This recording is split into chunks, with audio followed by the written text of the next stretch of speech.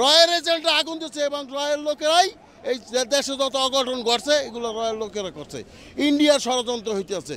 Security guard যেগুলো আছে সবগুলো রিমান্ডে নেওয়া হোক, রিমান্ডে নিয়ে জিজ্ঞানো হোক যে তোর চাকরি কি ঘুমানো না তোর এইটা পাহারা দেওয়া। একটা দেশের সচিবালয় কি, একটা দেশের সচিবালয় হৃৎপিণ্ড, একটা দেশের সেই হৃৎপিণ্ডে আগুন দিয়ে দিচ্ছে মাদারচোদেরা, কালকির বলারা মাদারচোদেরা আগুন দিয়ে দিচ্ছে। ফায়ার সার্ভিসের যে লোক মরছে সেটাও রয়ের লোক, আর নাহলে ফায়ার সার্ভিসের লোক মরবে কেন? তাকে সিগন্যাল দেওয়া হচ্ছে দাঁড়াইলো কেন? এইটা গভীরভাবে তদন্ত করে এটা বাইর করতে হবে। আমাদের দেশের জন্য কারাই ষড়যন্ত্র করতে আছে, হাসিনার যে পাল্লাগুলো আছে তারাই কাজ করতে আছে, রয়ের লোকেই কাজ করতে আছে। এটা পিনাকি আরও 2 বছর আগে বলছে যে হাসিনার দালাল যারা আছে এই রাজ্যে এই দেশ চালান চলবে না, এই বিপ্লব টিকবে না। এই কাজটাই ভারত করিয়ে দিল শেষমেশ এই কাজটাই ভারত করিয়ে দিল।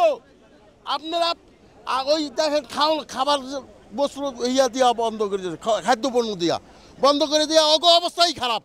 এখন কি করবে? এই দেশে কেমনে বাস দেওয়া যায় এগুলো করতে আছে। এইটা আগুন দিয়েছে রয়ের লোকেরা, রয়ের এজেন্টরা আগুন দিচ্ছে এবং রয়ের লোকেরাই এই দেশে যত অঘটন ঘটছে এগুলো রয়ের লোকেরা করছে।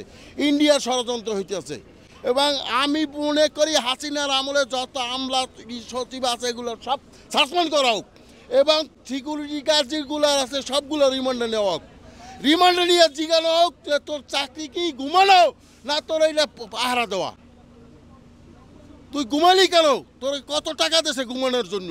ওরে ঘুমানোর জন্য টাকা দিয়েছে যে তুই ঘুমাই থাকবি, তোর নির্দোষ, তুই ঘুমাই গেছিস, তোর কোনো অপরাধ হইব না। এইগুলা তদন্ত করে বাইর করতে হবে। পিনাকির কথা বাঙালি কানে নেয় নাই।